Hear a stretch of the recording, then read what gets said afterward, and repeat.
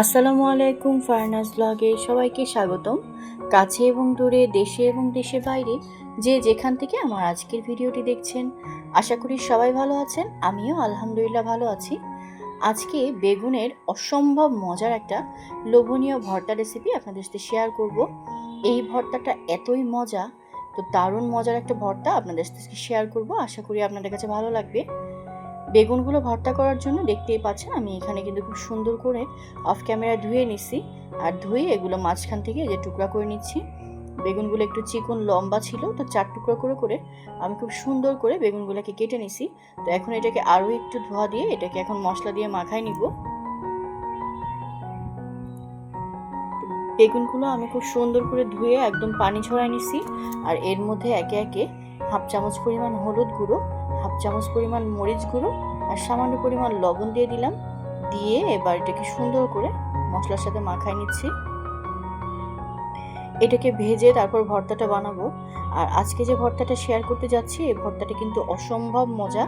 ভাত, রুটি, পরোটা সব কিছুর সাথে খেতেই অসম্ভব মজা লাগে। দারুণ মজার একটা ভর্তা। আশা করি আপনাদের কাছে আজকের রেসিপিটি ভালো লাগবে, পুরো ভিডিওটা জুড়ে থাকবেন। তো মশলাগুলো খুব সুন্দর করে বেগুনের সাথে মাখায় নিয়ে তারপর এখন এটাকে ভেজে নিব। দেখতে পাচ্ছেন আমার কিন্তু খুব সুন্দর করে মশলাটা একদম মাখানো হয়ে গেছে। সবগুলো টুকরার মধ্যে খুব সুন্দর করে পারফেক্টভাবে একদম মিশানো হয়ে গেছে। তো এগুলোকে আমি 5-10 মিনিট একটু রেস্টে রেখে দিব, আর আমি বাকি উপকরণগুলো এখন একটু রেডি করে নিব। আমি কড়াইতে তেল দিয়ে দিলাম, আর এখন দিয়ে দিব মরিচ, শুকনো মরিচ। তো শুকনো মরিচগুলোকে একটু ভেজে নিব, লাল লাল করে হালকা একটু ভাজা ভাজা দিয়ে নিব। মরিচটাকে একদম মিডিয়াম টু লো আছে খুব সুন্দর করে ভেজে নিতে হবে, যেন মরিচটা খুব বেশি কালার নষ্ট না হয় আর খুব সুন্দর মতো ভাজা হয়ে যায়। তো দেখতে পাচ্ছেন আমার মরিচগুলো কিন্তু খুব সুন্দর করে ভাজা হয়ে গেছে। তো এগুলোকে আমি এখন উঠাই নিচ্ছি। তো মরিচগুলো এখন সুন্দর করে ভেজে আমি তুলে নিয়ে এর মধ্যে এখন আমি পেঁয়াজগুলো দিয়ে দিব। পেঁয়াজগুলোকে আমি ভেজে নিব। আমি আজকে 2 রকমের পেঁয়াজ ইউজ করব। এখানে কিছুটা একটু মোটা করে কাটা এই পেঁয়াজগুলো একটু ভেজে নিব, আর তার সাথে আমি 2-3 কোয়া রসুন দিয়ে দিব, আর চিকন করে কাটা পেঁয়াজটা আমি পরে অ্যাড করব। তো 2-3 কোয়া রসুন দিয়ে দিলাম। দেশি রসুন আমি টুকরা করে নিছি। তো রসুন আর পেঁয়াজটা আমি এখন খুব সুন্দর করে ভেজে নিব বাদামি করে। তো যেহেতু বেগুনগুলো ভাজি করব ফ্রাই প্যানে, তো আমি কড়াইয়ের মধ্যে পেঁয়াজটা ট্রান্সফার করে দিলাম, দিয়ে এখন এগুলো এখন ভেজে নিব বেগুনগুলো। তো প্যানের মধ্যে আমি আরও একটু তেল দিয়ে দিলাম, দিয়ে এখন এর মধ্যে এখন একে একে বেগুনগুলোকে ভেজে নিব, তাহলে তাড়াতাড়ি হয়ে যাবে।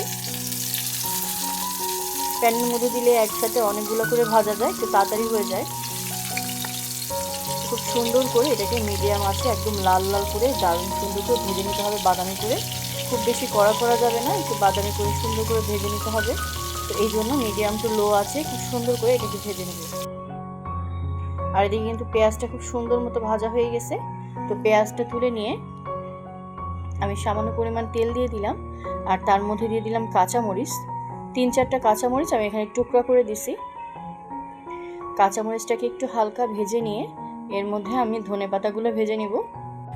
যেহেতু এখন বাজারে দেশি ধনিয়া পাতাটা একদম পাওয়া যায় না, খুব বেশি ভালো পাওয়া যায় না, তো বিলাতি ধনেপাতাটাই সবসময় ভর্তায় আমি ইউজ করি। তো বিলাতি ধনেপাতাটা একটু ভেজে নিলে ভালো লাগে খেতে। তো আমি এখন এই মরিচের সাথে এটাকে একটু ভেজে নিব। আর দেশি ধনিয়া পাতা হলে কিন্তু একদম ডাইরেক্ট দেওয়া যায়, তো ভাজার কোনো দরকার ছিল না। তো যেহেতু বিলাতি ধনেপাতা, এটা অবশ্যই একটু ভেজে নিতে হবে। তো মিডিয়াম টু লো আছে মরিচ আর ধনিয়া পাতাটা একটু কিছুক্ষণ ভেজে নিতে হবে, 2-1 মিনিট। খুব বেশি ভাজার প্রয়োজন নেই, জাস্ট খালি কালারটা সবুজ থাকবে, কিন্তু একটু ভাজা ভাজা হবে। আর ওদিকে দেখতেই পাচ্ছেন আমার বেগুনটা কিন্তু খুব সুন্দর করে ভাজা হয়ে গেছে, একদম লাল লাল করে দারুণ সুন্দর হয়েছে ভাজাটা। আর মশলাটা দেওয়ার কারণে বেগুনের কালারটাও কিন্তু সুন্দর হয়েছে, এটাও কিন্তু ভর্তা বানালে খেতেও খুব মজা লাগবে। তো এখন আমি শুকনো মরিচ নিয়ে নিলাম, আর আজকে আমি বাটনাতে ভর্তাটা বানাবো। তো বাটনাতে শুকনো মরিচ আর অল্প পরিমাণ লবণ দিয়ে নিলাম। যেহেতু বেগুন ভাজার সময় আমি লবণ দিছি, তো এই জন্য বাকি উপকরণগুলোর জন্য জাস্ট পরিমাণ মতো লবণ দিই। মরিচটাকে খুব সুন্দর করে ভালো করে একদম মিশিয়ে নিছি, দেখতে পাচ্ছেন। তো এবার কিন্তু বেগুনের খোসাগুলোকে আমি ছাড়িয়ে নিব। খোসাগুলো দিব না ভর্তার মধ্যে, ভালো লাগবে না তাহলে খেতে। তো জাস্ট খালি খোসাগুলো আমি আস্তে করে আলতো করে ছাড়িয়ে নিচ্ছি। তো সবগুলো খোসা একে একে খুব সুন্দর করে ছাড়িয়ে নিব। আজকে যে ভর্তাটা শেয়ার করতেছি এই ভর্তাটা কিন্তু দারুণ মজা। প্লিজ বাসায় একবার হলেও সবাই ট্রাই করবেন। এত মজা, মানে সাধারণ বেগুন দিয়ে যে এত মজার একটা অসাধারণ ভর্তা তৈরি করা যায় এটা কিন্তু না দেখলে বিশ্বাস করবেন না, আর না বানালে বিশ্বাস করবেন না। বাসায় অবশ্যই একবার হলেও ট্রাই করবেন, তাহলেই বুঝতে পারবেন এত মজা। তো বেগুনের খোসাগুলোকে আমি খুব সুন্দর করে ছাড়িয়ে নিচ্ছি একে একে।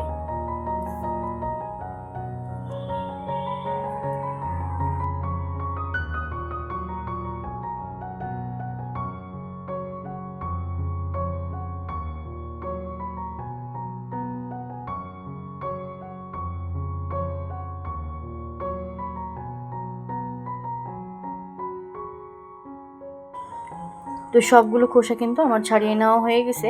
তো এগুলোকে এখন এক সাইডে রেখে দিব। তো এখনই কিন্তু বেগুনটা মেশাবো না। বেগুনটা মেশানোর আগে আমি যে ধনিয়া পাতা আর কাঁচামরিচটা ভেজে রাখছিলাম তো সেটা আগে একটু মিশিয়ে নিব, তারপর আমি বেগুনটা একটু পরে মিশাবো। তো বাটনার সাহায্যে আমি দেখতে পাচ্ছেন খুব সুন্দর করে এটাকে একদম মিশিয়ে নিচ্ছি। এটা একটু আগে মিশিয়ে নিলে তাহলে আমার বেগুনটা পরে মেশাতে সুবিধা হবে। ধনিয়া পাতা আর কাঁচামরিচটা জাস্ট খালি একটু মিশিয়ে নিব আমি।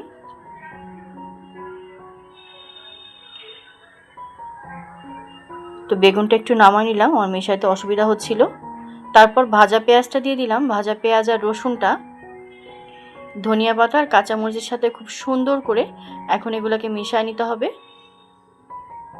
যেভাবে যেভাবে দেখাচ্ছি এভাবে সম্পূর্ণ টিপস ফলো করলে ভর্তাটা কিন্তু অসম্ভব লোভনীয় হয়। প্লিজ পুরো ভিডিওটা জুড়ে থাকবেন, স্কিপ করবেন না, তাহলে কিন্তু অনেক কিছু বাদ পড়ে যাবে। তো এবার কিন্তু একদম লাস্ট পর্যায়ে বেগুনগুলো দিয়ে দিলাম। পেঁয়াজটা যখন খুব সুন্দর করে মেশানো হয়ে গেছে ভাজা পেঁয়াজটা, তো এই পর্যায়ে কিন্তু বেগুনটা দিয়ে এখন খুব সুন্দর করে সব কিছু মিশিয়ে নিতে হবে। দারুণ সুন্দর একটা ঘ্রাণ বের হয়েছে কিন্তু ভর্তায়, মানে বেগুনটার ভাজার ঘ্রাণ, পেঁয়াজের ঘ্রাণ, ধনিয়া পাতা সব কিছু মিলিয়ে অসম্ভব সুন্দর একটা ঘ্রাণ হয় এই ভর্তাটায়। আর বেগুন ভর্তা এমনিতেই তো খুব লোভনীয়, আর যদি একটু অন্যরকম করে করা যায় তাহলে তো কথাই নেই।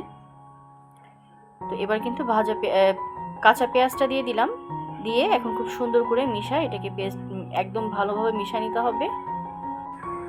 সবসময় কিন্তু একই রকম খাবার খেতে ভালো লাগে না, মাঝে মাঝে একটু ভিন্ন রকম করে খেলে খাবার মানে ভর্তাগুলো খেতে ভালো লাগে।